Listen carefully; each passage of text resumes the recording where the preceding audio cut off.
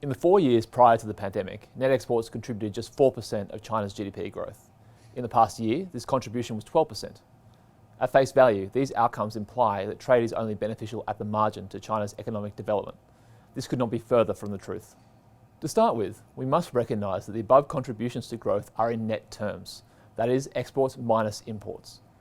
Both underlying gross flows are substantial, averaging almost 19% and 17% of GDP over the 3 years to March 2021.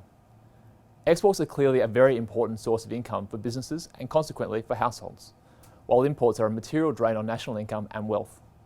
This is why China's dual circulation strategy is critical to the outlook. Like Belt and Road before it, dual circulation is more a philosophy than a set of hard policies or targets. It aims to maximise the return of China's export industry while minimising the loss from imported goods and services. Its effect is not immediate through quotas and the like, but rather focus on economic development and increased self-reliance.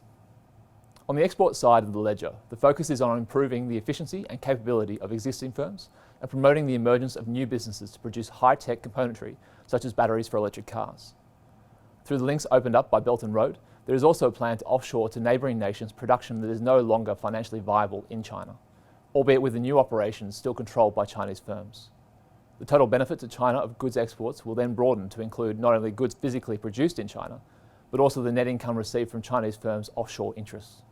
It goes without saying that the service companies who have benefited from China's domestic development over the past 2 decades also stand to win from this nascent push offshore. Chinese construction, logistic and financial firms are in line to profit from the investment and production undertaken there. The greatest win for China's service sector, however, lay in domestic production substituting for imports. As we have repeatedly highlighted over the past year, the forced closure of borders because of the pandemic has significantly benefited Chinese tourism and education producers, bolstering their immediate market and reshaping preferences for the future. Coming out of the pandemic, Chinese households are likely to hold a more balanced view regarding holiday travel, limiting the potential recovery in foreign tourism. Education will not see as great a near-term benefit, but as the sector leverages China's upskilling and industrial development, more students will be encouraged to study and begin their careers at home. Connecting with industry through research and development will aid the education sector's development. It is important to note that given China's success in controlling the virus and their intent to drive their economy forward, the longer uncertainties persist globally vis-à-vis COVID-19, the stronger China's post-pandemic position will be. With investment occurring at pace across their economy, this is applicable to both export opportunities and import substitution. Lingering geopolitical tensions are also a positive. Of greatest significance on this front is that many of the prime export opportunities for China over the coming decade are in nations across Asia. These nations have no reason to preference the US over China.